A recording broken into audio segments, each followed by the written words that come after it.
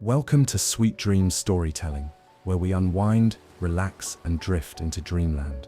You must your host, Mike, and I'm so glad you joining me tonight. Let's get cozy and settle in. Story for this evening is our adaptation of a beautiful novel by Carlo Collodi. Chapter 1: The Creation of Pinocchio. In a small, humble village lived an old woodcarver named Geppetto. He was a kind man but very poor.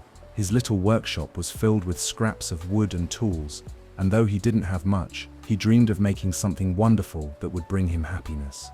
One chilly morning, Geppetto found a special piece of wood. It wasn't just any wood, it was a block that seemed to sparkle softly in the sunlight streaming through his dusty window. It was as if this piece of wood was waiting for something magical to happen. Geppetto sat down at his worn workbench and began to carve with gentle hands. He shaped the wood, carefully creating arms, legs, a torso, and a head. Slowly, the figure of a little boy took form under his skilled craftsmanship. He worked tirelessly, carving out a puppet that could move and play. As the sun moved across the sky and the day turned to evening, Geppetto finished the final details. Bright eyes carved with care, a small nose and a mouth that seemed ready to smile. Exhausted but proud, he looked at his creation and whispered, "I shall call you Pinocchio." That night, something incredible happened. As the moonlight touched the wooden boy, Pinocchio's eyes blinked open. He moved his fingers, wiggled his toes, and then leapt from the workbench. Geppetto was amazed and overjoyed. His puppet was alive. Pinocchio, curious and full of energy, began to explore the little workshop. He climbed on tables, knocked over tools, and laughed with delight. Geppetto tried to catch him, but the lively puppet was too quick. He ran through the house and out into the village square, where the townspeople gathered in surprise. They laughed and pointed at the dancing wooden boy. Some called him a miracle, others called him a trick, but Geppetto only smiled, proud of his creation, who was now more than just a puppet. He was a real companion. However, as the night grew deeper, Geppetto realized Pinocchio did not understand the world yet. He was mischievous and reckless, with no sense of danger or kindness. Geppetto decided that tomorrow he would teach Pinocchio about life, about right and wrong, and how to be a good boy. As Pinocchio settled down to sleep on a soft pile of hay in the workshop, he dreamed of adventures to come. He was not just a wooden puppet anymore. He was the beginning of a grand journey, one that would teach him the meaning of courage, honesty, and love. Chapter 2: Pinocchio Steps, First Steps. The next morning, the village was waking slowly, the sun casting golden rays over the rooftops and cobblestone streets. Inside his small workshop, Geppetto stirred awake, eager to begin teaching his lively new son about the world. Pinocchio, full of energy and curiosity, had already leapt from his makeshift bed of hay and was darting around the room, knocking over pots and whistling happily. His wooden feet tapped quickly across the floor as he explored every corner of the workshop, fascinated by the tools, the carved figures, and the flickering shadows. Geppetto watched with a mixture of amusement and concern. "Slow down, Pinocchio," he said kindly. "You must learn to be careful and thoughtful. The world can be full of surprises, some good, some dangerous." Pinocchio stopped for a moment and cocked his head. "What is dangerous?" he asked, tilting his wooden face in confusion. Geppetto smiled softly, his eyes full of wisdom. "Danger comes from making poor choices, from not listening, or from being careless. But you still learn, my boy, step by step." Determined to teach Pinocchio right away, Geppetto decided to take him outside. The village square was bustling with activity, children playing, merchants shouting, and birds chirping in the trees. Pinocchio's eyes grew wide as he took in the world beyond the walls of the workshop. At first, Pinocchio tried to mimic the children. He ran, he jumped, and he laughed. But soon his clumsiness showed. He tripped over a stone and fell hard, scraping one of his wooden knees. Geppetto rushed to help him up, brushing off the dust with care. "That step's okay, Pinocchio," Geppetto said gently. "Falling is part of learning. What matters is getting back up." Pinocchio nodded, determined to try again. This time he watched the children more closely and learned to be a little steadier on his feet. But mischief was never far away. As they walked toward the market, Pinocchio's eyes caught sight of a delicious-looking pastry in a vendor's stall. Before Geppetto could stop him, Pinocchio grabbed the pastry and ran off, giggling. The vendor shouted, "Hey, that sits my pastry." Geppetto caught up to Pinocchio and sighed. "You mustn't take what isn't set yours, Pinocchio. Honesty is the first step to becoming a good boy." Pinocchio looked down at the pastry in his hand, suddenly feeling a little ashamed. He walked back to the vendor and returned the treat, apologizing in his wooden way. The vendor smiled kindly. "That sip's very brave of you, boy. Keep that honesty, and you still do well." As the sun climbed higher in the sky, Geppetto and Pinocchio sat by the fountain in the square. Geppetto told stories of kindness, courage, and the importance of listening to others. Pinocchio listened carefully, his heart filling with the desire to be more than just a puppet. He wanted to be real, a real boy who could love, learn, and grow.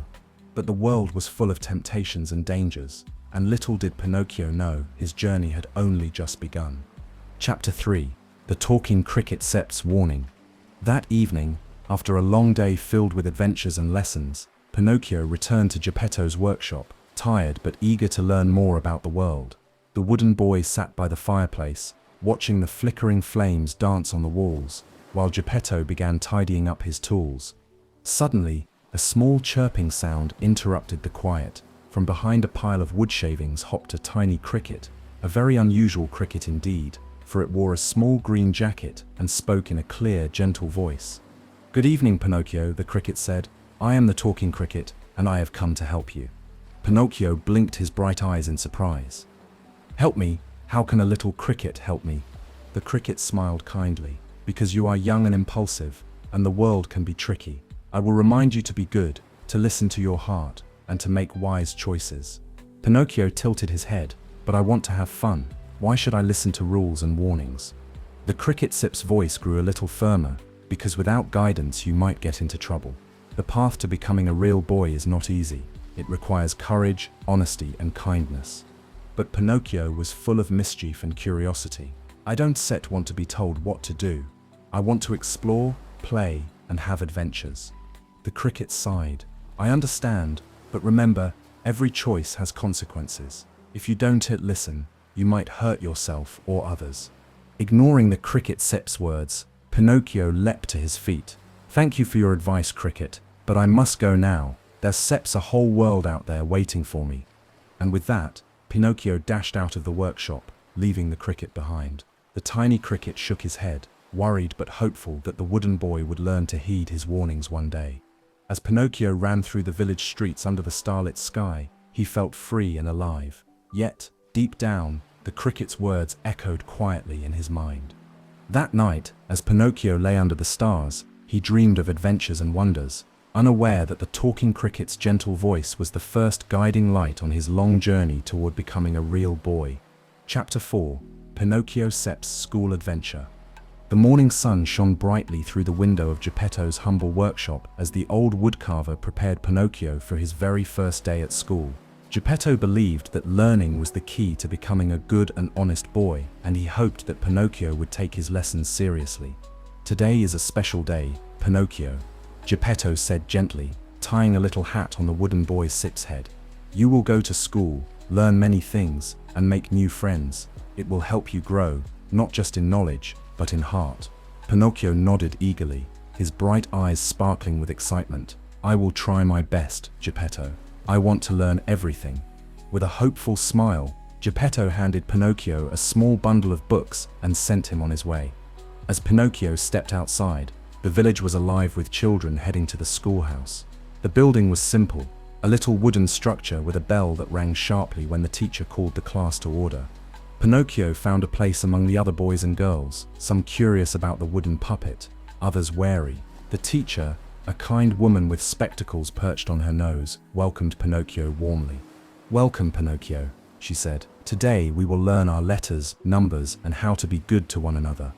At first, Pinocchio was attentive. He listened to the lessons, repeated the alphabet, and even tried to write with a small chalk on the blackboard. But soon his mischievous nature took over.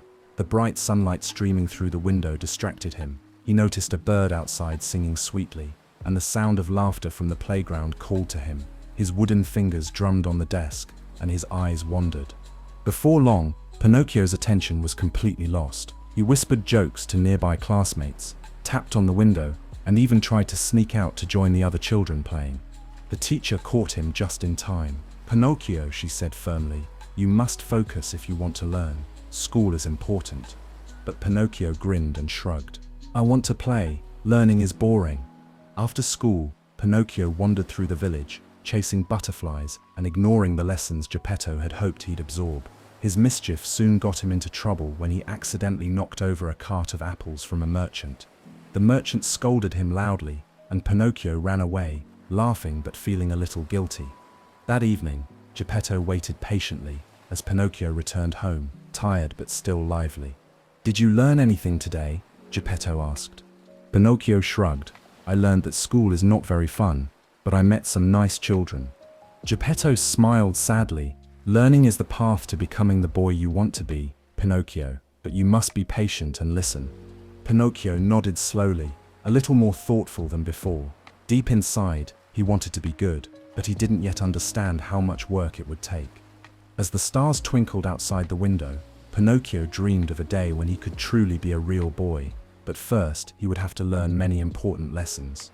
Chapter 5: The Fox and the Cat. Not long after his rocky first day at school, Pinocchio found himself wandering through the village streets, still curious but somewhat unsure of how to be a good boy. The world outside Geppetto's workshop was full of strangers, some kind and some not so kind. One afternoon, as Pinocchio strolled near the market, two peculiar figures appeared before him: a sly fox with a patch over one eye and a scruffy cat limping on three legs. Both wore ragged clothes and had mischievous smiles. "Hello, little puppet," said the fox, bowing exaggeratedly. "Where are you off to today?" Pinocchio, eager for friends and adventure, replied, "I sip on my way to school, but I sip not sure if it's very fun." The cat chuckled softly. "School, bah, why waste your time with boring lessons when there's sips, fun and riches to be found?" Pinocchio Sip's wooden eyes sparkled with curiosity. "Riches? What do you mean?" The fox grinned slyly. "Why, the world is full of treasures. You just have to know where to look."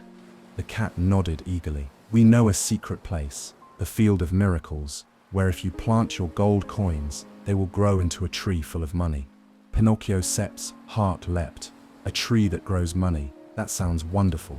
"Of course it is," said the fox, "but you must hurry before others find out." Pinocchio didn't have any gold coins right then, but he remembered the money Geppetto had given him earlier. Trusting the fox and the cat, Pinocchio decided to follow their advice, thinking it would be an easy way to become rich and finally make Geppetto proud. The trio set off toward the Field of Miracles, a quiet patch of land just outside the village. The fox and cat told Pinocchio to dig a small hole and bury his coins deep in the soil.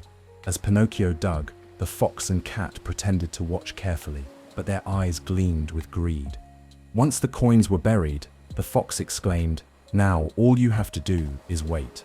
Soon a beautiful money tree will grow." Pinocchio was delighted and thanked them both, feeling hopeful for the first time in a long while. But as soon as Pinocchio turned away to leave, the fox and cat exchanged sly glances. "Now is our chance," whispered the fox. "Let Sits take the coins while the little puppet isn't Sit looking."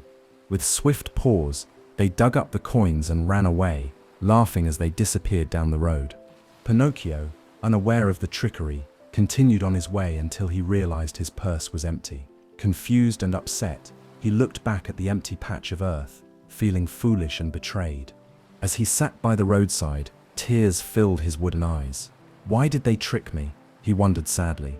Just then a gentle breeze whispered through the trees, and Pinocchio remembered the talking cricket's words about listening and being cautious. Though hurt, Pinocchio vowed to be more careful and to learn from his mistakes. With a heavy heart but a determined spirit, he rose and began walking back to Geppetto's home, knowing that true treasure was not in gold but in wisdom and love. The Adventures of Pinocchio. Chapter 6: The Buried Treasure. After the painful trick played by the fox and the cat, Pinocchio was left feeling lost and confused. The coins he had buried in the Field of Miracles, the very ones Geppetto had given him, were gone. Yet in his heart, a small hope still flickered. Maybe there was still a way to find treasure and make Geppetto proud. As he trudged back toward the village, he thought about the stories he had heard of buried gold and secret riches. Suddenly an idea struck him like a flash of lightning. What if the field of miracles could still bring me fortune? He wondered aloud. Maybe if I try again, I can be smarter this time. Determined, Pinocchio returned to the spot where he had buried the coins. He examined the earth, turning it over with his wooden hands, hoping to see something magical. But there was nothing, only dirt and stones. His heart sank, but he refused to give up. Just then, the fox and the cat reappeared, their eyes gleaming with false kindness. "Pinocchio, dear boy," said the fox smoothly, "why are you wasting your time digging up that worthless patch? You should listen to us. We have a better idea." The cat chimed in, "There's a special treasure chest hidden deep in the forest, filled with gold and jewels. If you come with us, we will help you find it." Pinocchio's eyes widened with hope again. "Really? A treasure chest full of gold?" "Absolutely," the fox assured him. "But you must be brave and follow us quietly." Despite the memory of their previous trick, Pinocchio's desire to help Geppetto and prove himself was so strong that he agreed.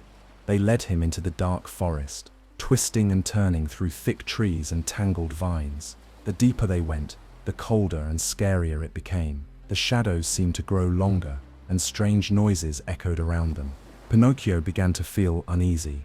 "Are you sure this is safe?" he asked nervously. The fox laughed. "Of course. What could go wrong?" Suddenly, the cat tripped over a root and started to limp badly. "Oh dear, I can't walk anymore," he complained, sitting down with a groan. "Don't sit worry," the fox said quickly. "You stay here with him, Pinocchio. We'll find the treasure and come back for you." Pinocchio felt lonely but agreed to wait.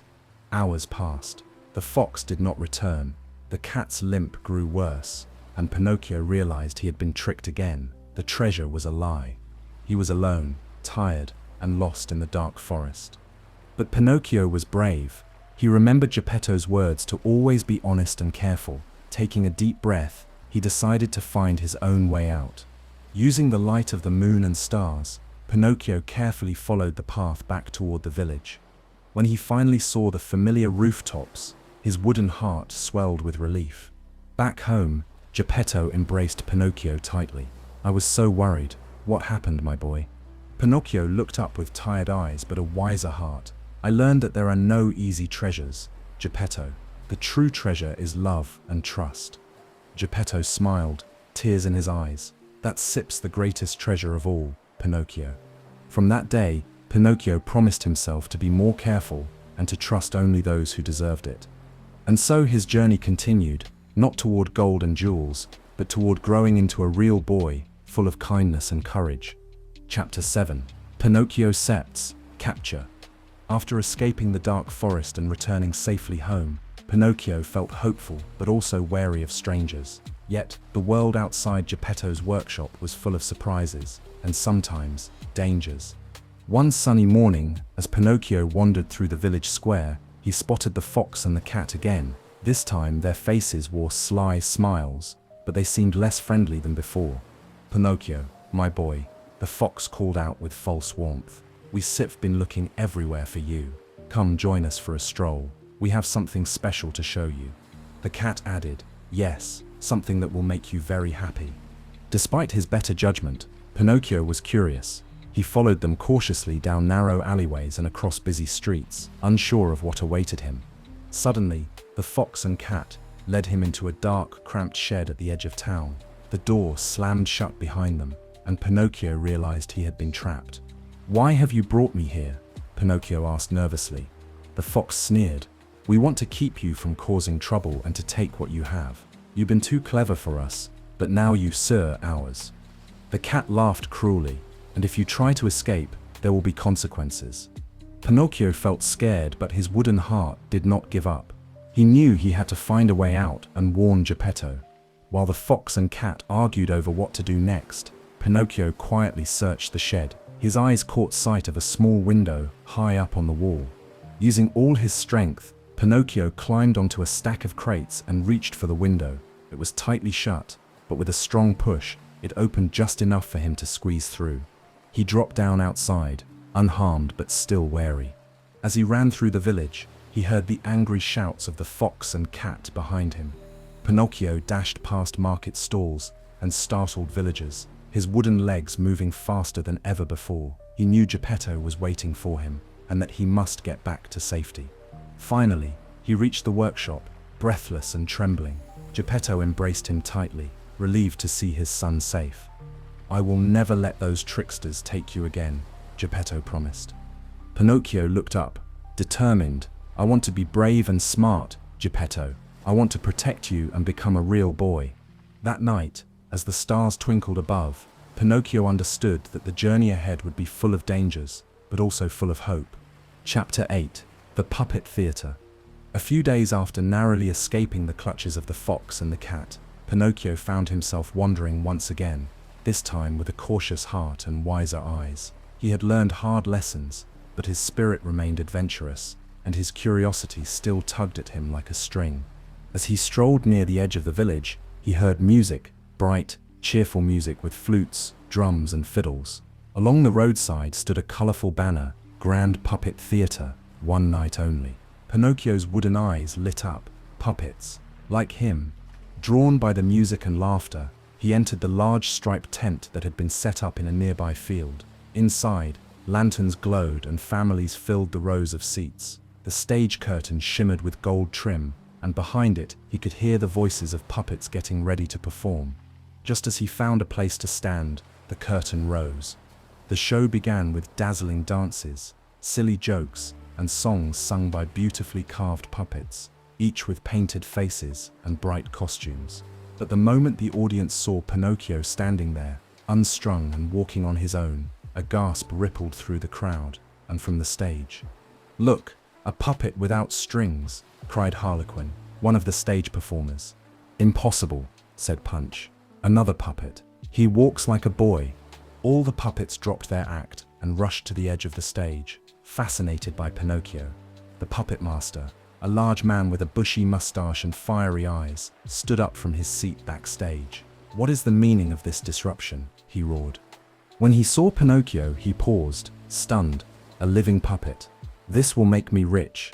Before Pinocchio could explain himself, the puppet master grabbed him roughly and pulled him behind the curtain. "You will perform with my troupe now. The audience will love you." "But I don't want to stay here," Pinocchio said bravely. The puppet master laughed cruelly. "You shall stay like the rest of them. You belong to the theater now." Locked backstage in a wooden cage, Pinocchio felt scared and helpless. He missed Geppetto more than ever. That night, as the other puppets prepared for the next show, they gathered around Pinocchio's cage. "Don't be afraid," whispered Harlequin. "We used to be free too once. We know what it's like." Touched by their kindness, Pinocchio shared his story of Geppetto, the fox and cat, the field of miracles, and his dream of becoming a real boy. The other puppets listened in silence, moved by his courage. Moved by Pinocchio's story, Harlequin devised a plan. During the performance, the puppets distracted the puppet master with a wild dance number.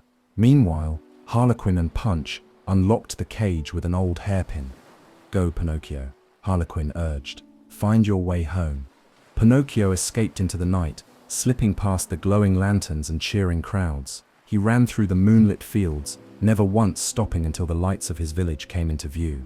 When he reached Geppetto's home, the old man was waiting at the door, lantern in hand. "I was so worried," Geppetto cried. "Where have you been?" Pinocchio hugged him tightly. "I've seen puppets who had no choice. Papa, I want to be different. I want to be good. I want to be free." Geppetto smiled, eyes full of love. "You start growing, my son, not just in steps, but in heart." And so Pinocchio's journey continued, no longer just a puppet on strings, but a boy learning what it truly meant to be alive. Chapter 9: The Blue Fairy Sets. Help.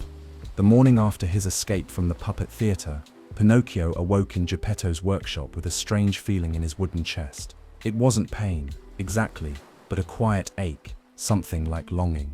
He had escaped danger, but trouble always seemed to follow him. No matter how much he tried, mistakes came easily, and he still wasn't the boy he hoped to be. So, while Geppetto was gathering firewood, Pinocchio slipped out and wandered into the woods beyond the village. He hoped a quiet walk might help him think, or maybe even guide him toward an answer. As he walked deeper into the forest, the sun disappeared behind thick clouds, and the trees grew taller, darker, mist drifted through the underbrush. Pinocchio's steps slowed, he was alone, and then he wasn't. A soft breeze stirred the leaves, and before him appeared a figure unlike any he had ever seen, a beautiful lady dressed in flowing blue, her hair like silver moonlight, and eyes that sparkled with stars.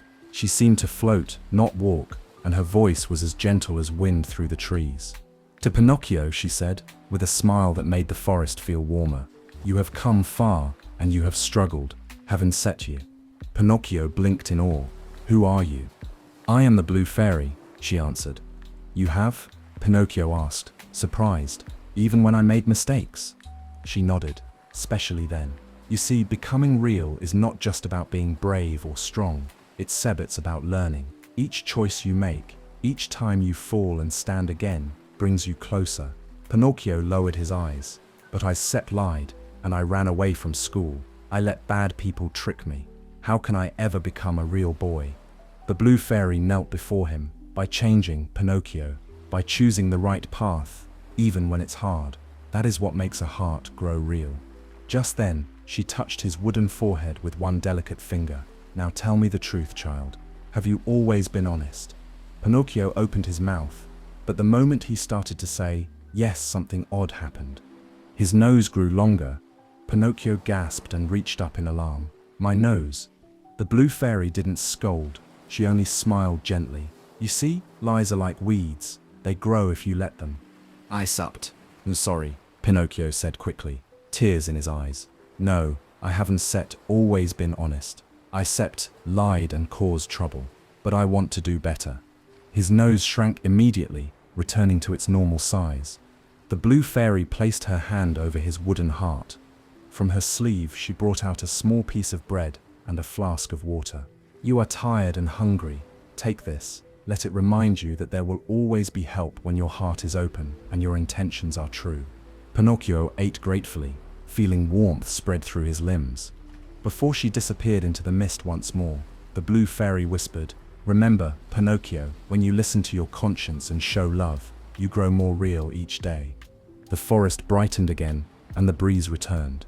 But something had changed. He stood a little taller, he felt a little braver, and though his body was still wood inside, something was slowly beginning to turn to flesh and feeling. He turned toward home, his steps lighter, his heart full of hope. Chapter 10. Pinocchio Seps, Nose Grows.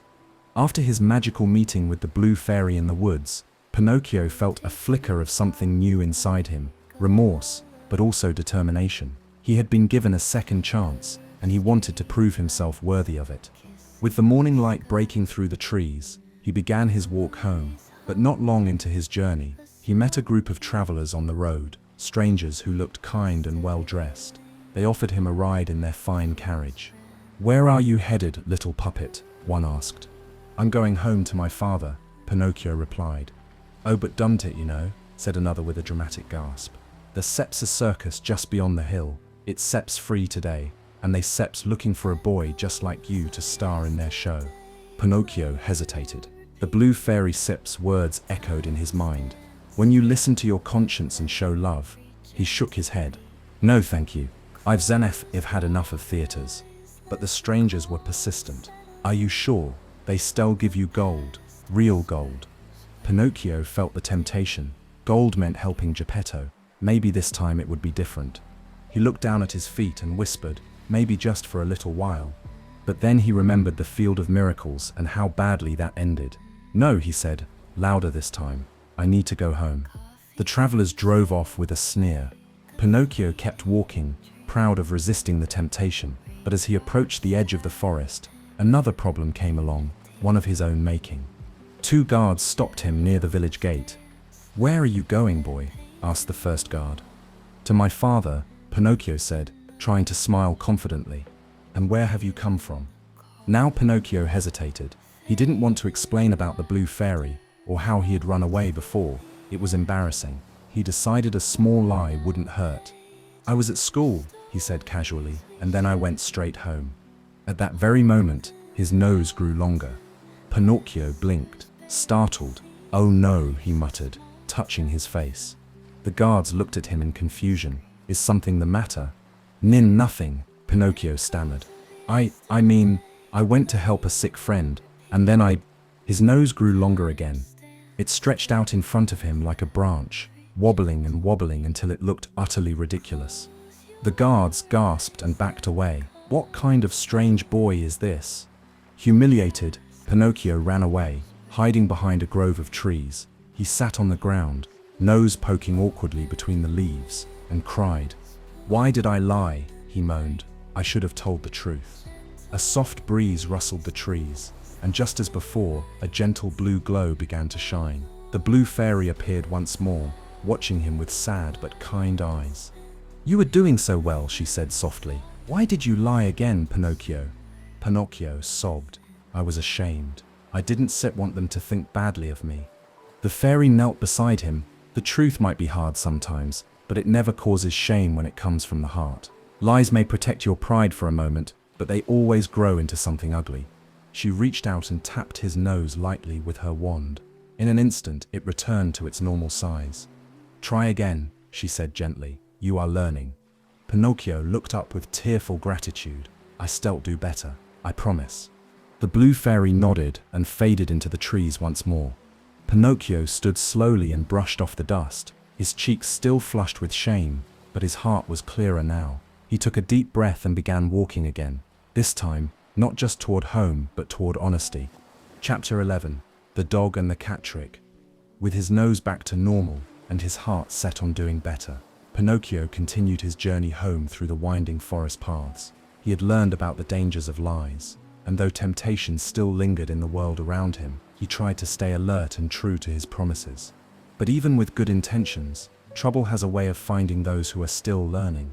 As he passed through a clearing near a quiet riverbank, Pinocchio heard a rustling in the bushes. Before he could investigate, out leapt a mangy, scruffy dog wearing a patched scarf around his neck. Right behind him emerged a sly-eyed cat, one ear torn and a limp in his step. They were not the same fox and cat he'd encountered before, but these two had learned the same tricks. "Help, help us, kind boy," barked the dog in a desperate voice. "Our friend has fallen into the river." Pinocchio, startled, asked, "What happened?" The cat stepped forward, pretending to cry. "Its steps terrible. Our poor friend was carrying something very precious, a chest of gold coins, and he slipped into the water. Please, we need your help to get it back before it sips lost forever." Pinocchio Sip's heart fluttered. He remembered what happened last time he was promised. Treasure. He hesitated. "I don't think I should. I really need to get home." But the cat meowed sadly. "Oh, but you sir are the only one who can help. You sir are strong and brave, just what we need. Think of the good you could do with your share of the gold," added the dog with a sly grin. "You could buy books, clothes, and even build a fine house for your father." The thought of helping Geppetto stirred Pinocchio Sep's heart. "Well, I suppose I could help, but only for a moment." They led him down to the riverbank, where a small wooden boat waited, tied loosely to a tree branch. "Hop in, and we'll show you where the treasure is," said the dog, giving him a gentle nudge. As soon as Pinocchio stepped into the boat, the dog quickly untied the rope and shoved the boat into the current. "Wait," Pinocchio cried.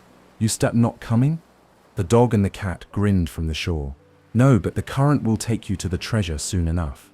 Good luck, wooden fool." They cackled with laughter and disappeared into the trees. Pinocchio shouted after them, but the boat was already drifting quickly downstream. He grabbed the oars and tried to steer, but his arms were small and awkward. The river was wide and fast, and it twisted and turned with frightening speed. A sudden gust of wind tilted the boat, and Pinocchio toppled into the water with a splash.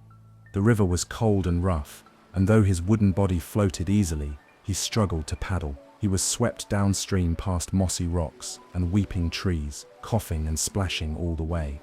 At last the river curved gently, and Pinocchio managed to cling to a low branch and pull himself onto the muddy shore. He lay there soaked and shivering, staring up at the cloudy sky. "I should have known better," he murmured.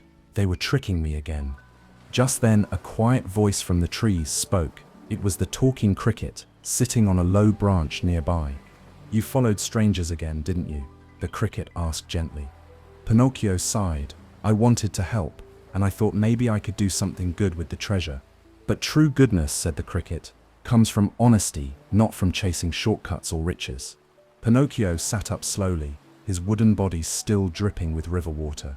I think I understand now. I need to stop listening to lies, even the ones I tell myself. The cricket nodded with approval. That is a wise lesson. The path to becoming real is hard, Pinocchio, but every step you take in the right direction brings you closer. With the cricket hopping alongside him, Pinocchio began the long walk back to the village once more, wiser, humbler, and with a growing understanding that being a good boy didn't mean being clever or rich, but being kind and truthful, even when it was hard. Chapter 12. The Island of Busy Bees. After the frightful experience on the river and another painful lesson in trust, Pinocchio wandered for many hours under the cloudy sky, his wooden feet caked with mud and his heart heavy with guilt. He longed for Geppetto's warm embrace, but he feared returning home without having made things right. As the road curved gently through a field of flowers, Pinocchio came upon a lovely little village. It was unlike any he had seen before. The houses were tidy, the streets clean, and everywhere he looked, people were moving with purpose. Women were tending gardens, children were carrying baskets of bread, and men were fixing fences or sweeping sidewalks. Above the entrance to the town stood a painted wooden sign that read, "Welcome to the Island of Busy Bees." Curious and hopeful, Pinocchio walked into the square and approached a woman kneeling by a flower bed. "Excuse me, Ms. Sittam," he said politely. "Could you spare a bit of food? I haven't eaten all day." The woman paused and smiled kindly. "Of course, but here, everyone works for what they eat. If you help me water these flowers, I still give you some bread and cheese." Pinocchio hesitated. "Work? But I sip, not used to." Then he stopped himself. The blue fairy's words echoed in his mind. "You grow more real with every honest choice." He nodded. "Yes, I help." The work was tiring, especially for someone made of wood. Pinocchio's arms ached as he carried buckets and pulled weeds. But when he finished, the woman gave him a warm meal. He ate gratefully and even smiled. For the next few days, Pinocchio stayed in the village. He helped carry water, mend fences, and sweep shop floors. In exchange, the townspeople gave him meals and a warm corner of the bakery to sleep in. He began to understand the rhythm of work and the quiet satisfaction that came with honest effort. One afternoon, as he was helping an old beekeeper repair a broken hive, Pinocchio asked, "Why does everyone here work so hard?" The beekeeper chuckled. "Because we are like bees, we all do our part. When each person helps their neighbor, the whole hive thrives." Pinocchio pondered those words as he watched the bees buzzing back and forth, always busy, always giving. It made sense to him in a way nothing else ever had. But one evening, as he sat near the village fountain, resting after a long day, he overheard two boys whispering behind a barrel. "Why should we work like fools?" said one. "I heard there sips a land far from here where no one works at all, just play, sweets and games all day." Pinocchio's ears perked up. A land with no work? No chores? It sounded like a dream. A little voice inside him whispered, "Be careful," but the idea was so tempting. That night, he sat in the dark bakery corner, torn between two feelings, his growing pride in honest work and his old hunger for fun and freedom. The next morning, the villagers gathered in the square. "We enjoyed having you here, Pinocchio," said the flower lady. "You worked hard. You changed." Pinocchio felt a rush of warmth in his chest. "Thank you," he said. "I learned that helping others helps me too."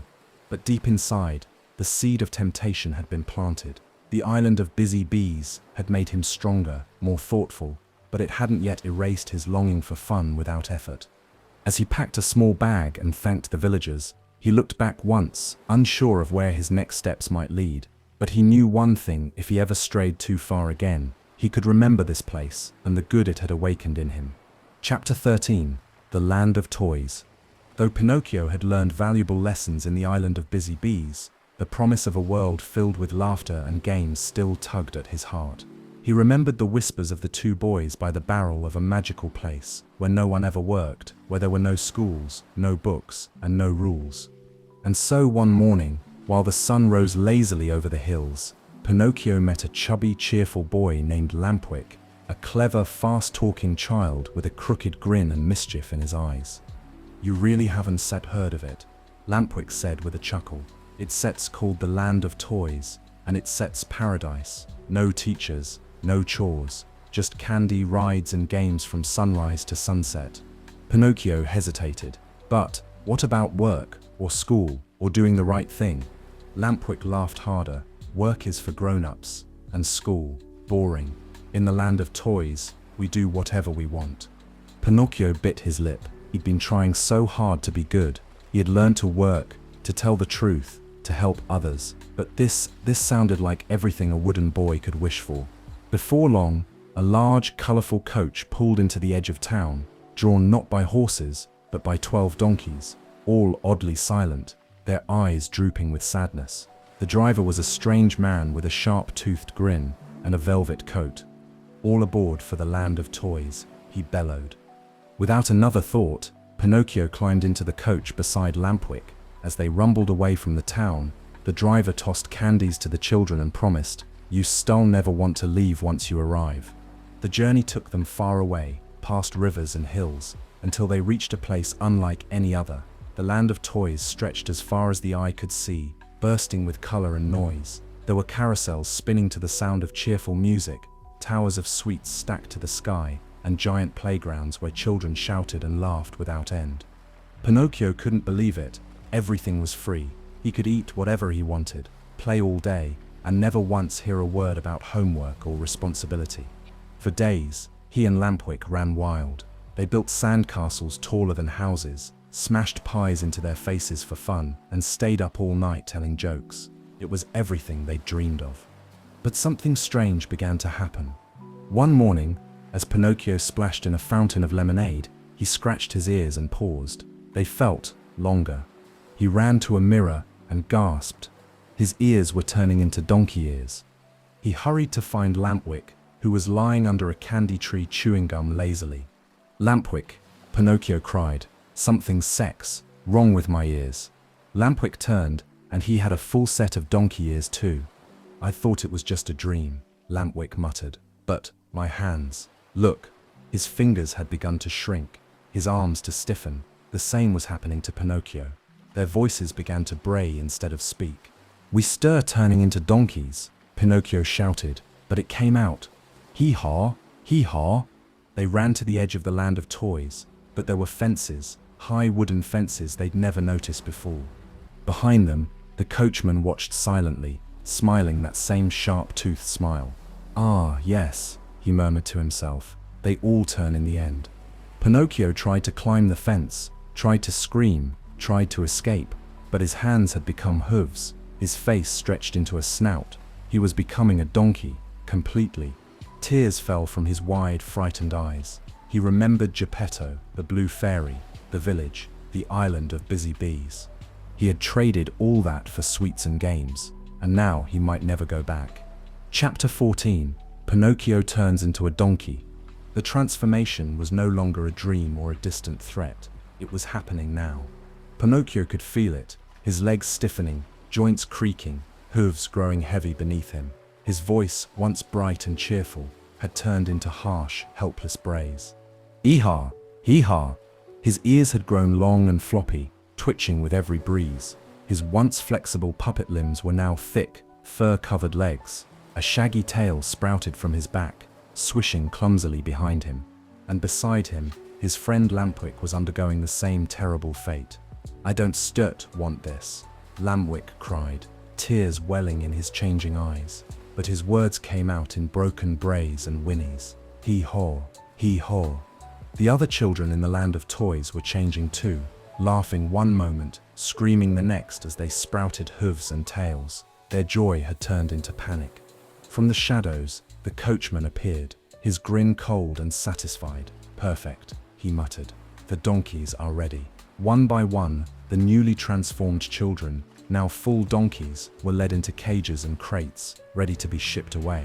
Some would be sent to circuses, others to farms or mills, never to be boys or girls again. They would work for the rest of their lives, forgotten and voiceless.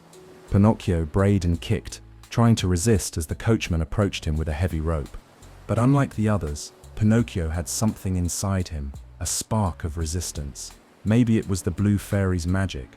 Maybe it was the lessons he had started to learn. Or maybe it was the tiny shred of realness beginning to grow in his wooden heart. Whatever it was, he fought back. He bucked hard, knocking over a stack of barrels. He squeezed between the rails of the corral, galloped toward the sea cliffs beyond the land of toys, and leapt into the ocean below. The icy water swallowed him whole. At first, it felt like the end, cold, dark, and endless. But the water washed over him, pulling the donkey's skin away piece by piece. The hooves dissolved, the fur slipped off like a coat, and slowly, painfully, Pinocchio became a puppet again. Not a boy, not yet, but no longer a donkey either. He floated for a while, weak and exhausted, until the current carried him to a quiet shore. He crawled onto the sand, soaked and trembling. Above him, the stars sparkled gently, as if whispering encouragement.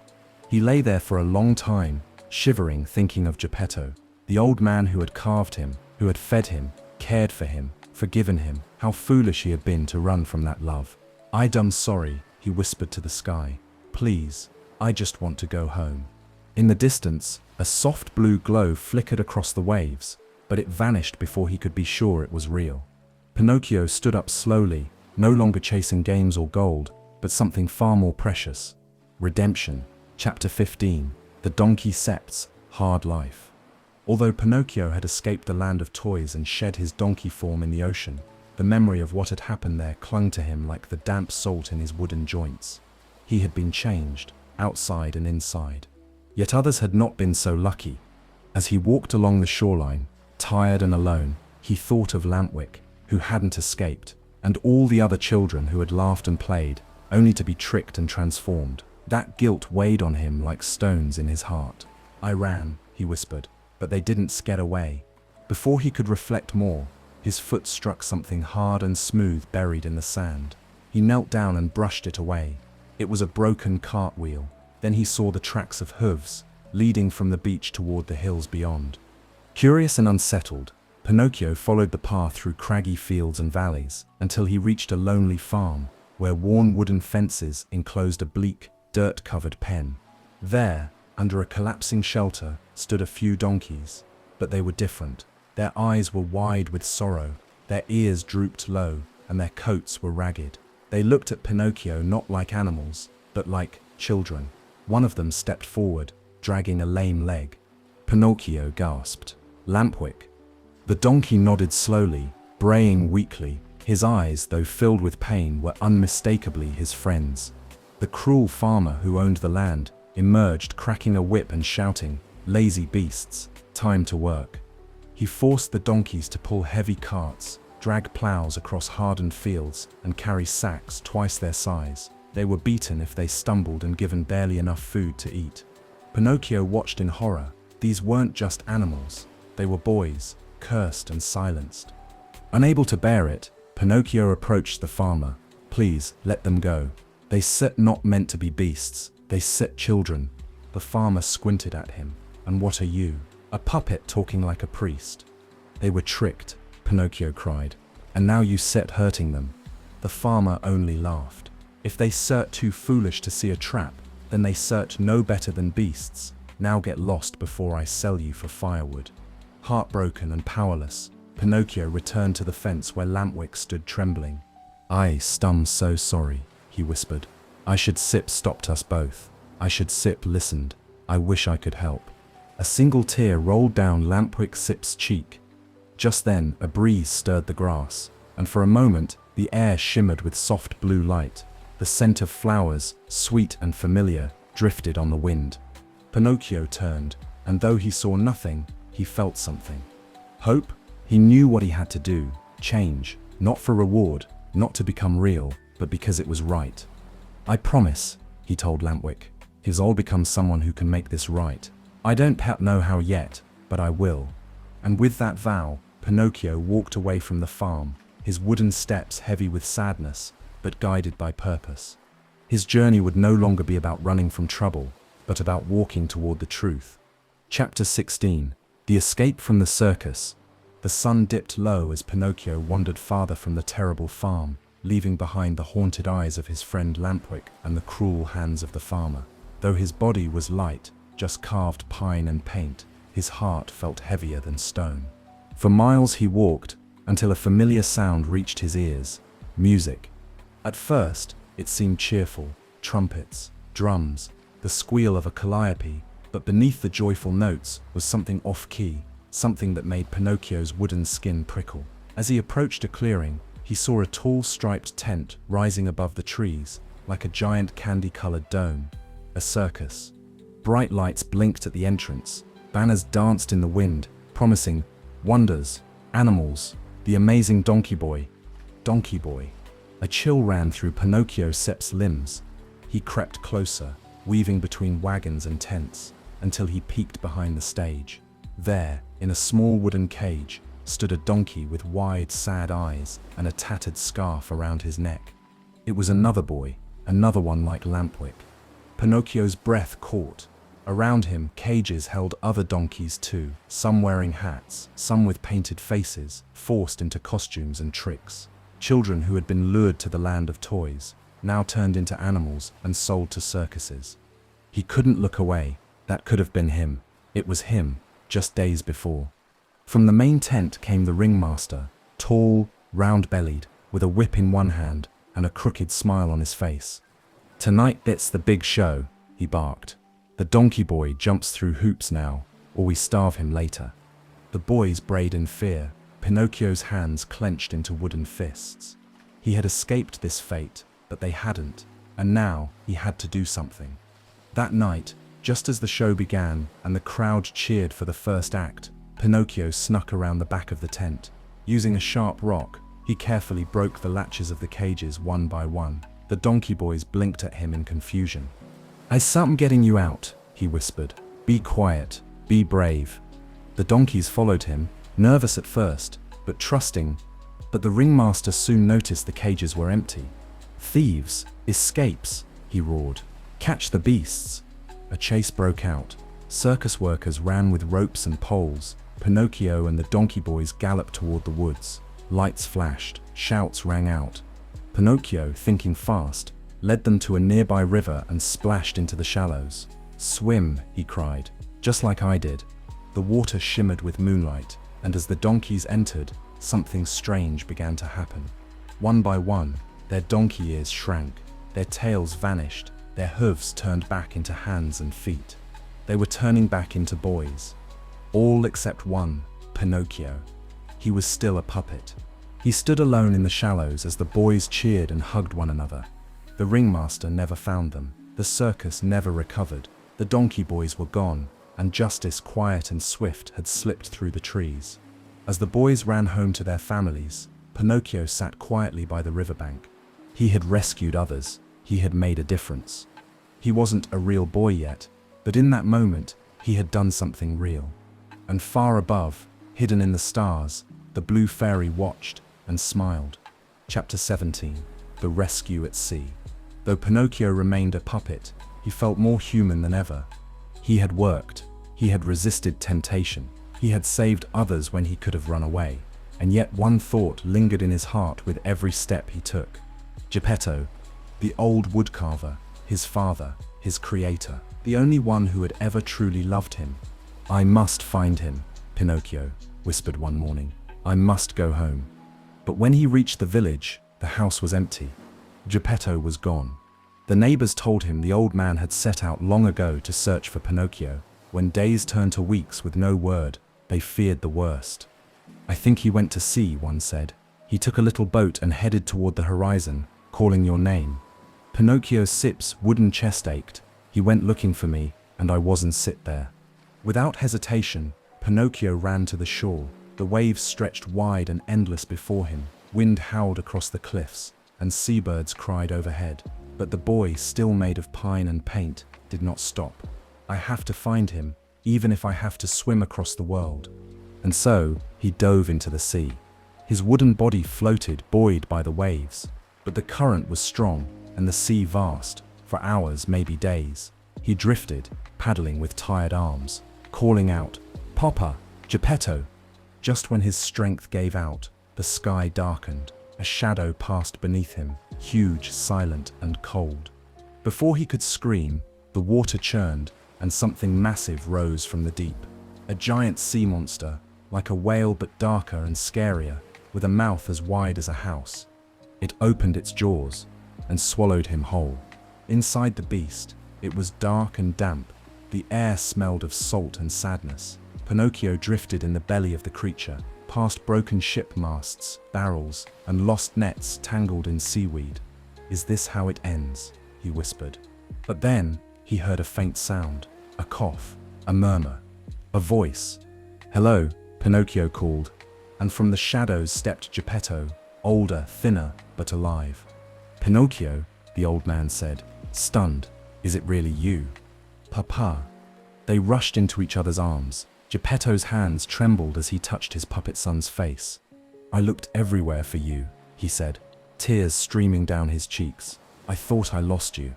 "But I'm so sorry," Pinocchio cried. "I made so many mistakes, but I changed. I came back to find you." The sea monster shifted, groaning deep in its belly. They had to get out. Pinocchio came up with a plan. They gathered driftwood from wrecks and built a raft from what the monster had swallowed. They waited for the beast to sleep. It snores like thunder and then paddled toward its throat. When it yawned, they launched the raft forward, riding the current out of the monster's mouth and into the moonlit sea. The water was rough, but Pinocchio held tightly to Geppetto as waves crashed over them. At last, a kind fishing boat spotted them and pulled them from the sea. Father and son were safe. Back on dry land, wrapped in warm blankets beside a fire, Pinocchio sat by Geppetto's side. "I don't just want to run anymore," he said softly. "I only want to do what's right. I want to be your son, not just a puppet, but a real boy." Geppetto smiled, holding him close. "You already are." But destiny still had one gift left to give. Chapter 18. Becoming a real boy. The sun rose gently over the village, casting golden light across the hills and rooftops. In a quiet cottage by the sea, Geppetto stirred from sleep, still tired from his ordeal inside the sea monster, but filled with peace.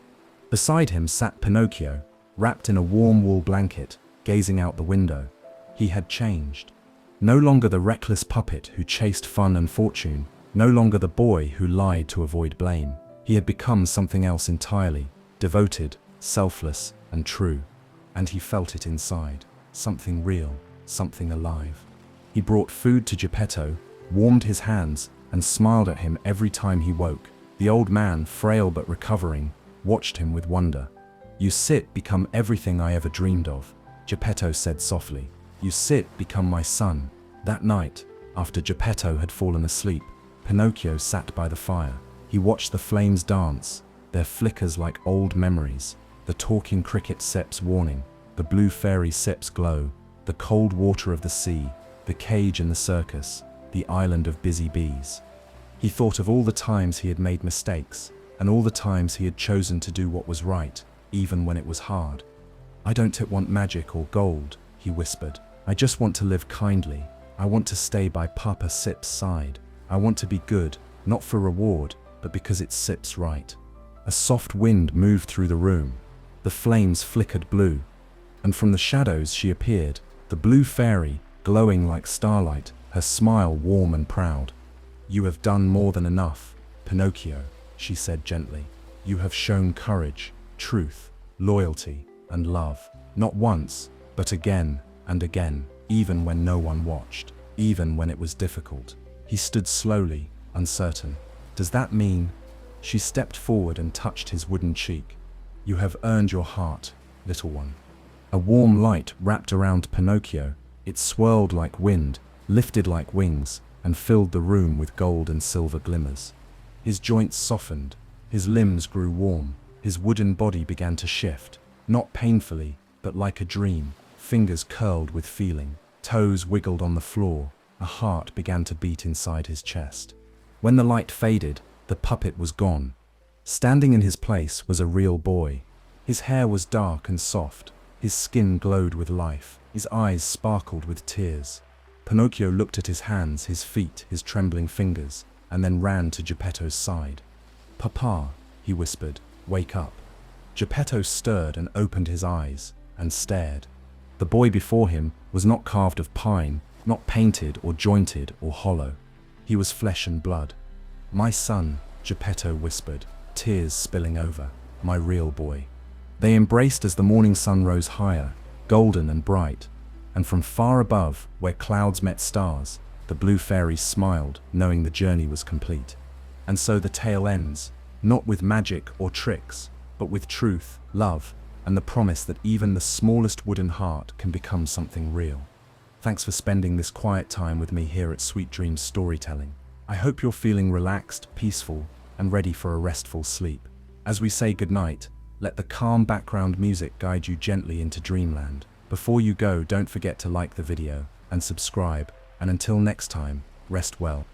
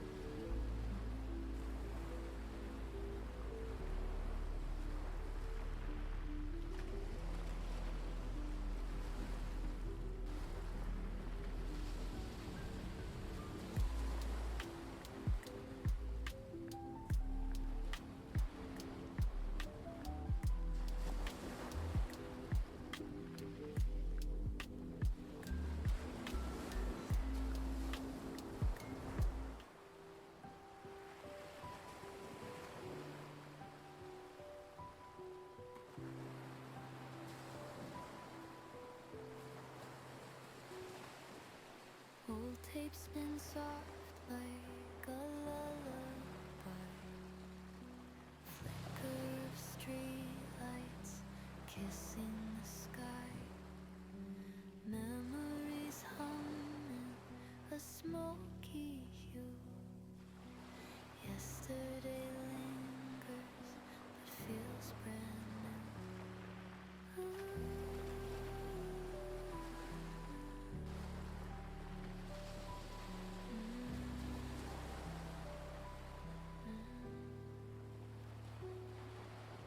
Echoes of yesterday playing on repeat. Time stands still with every gentle beat.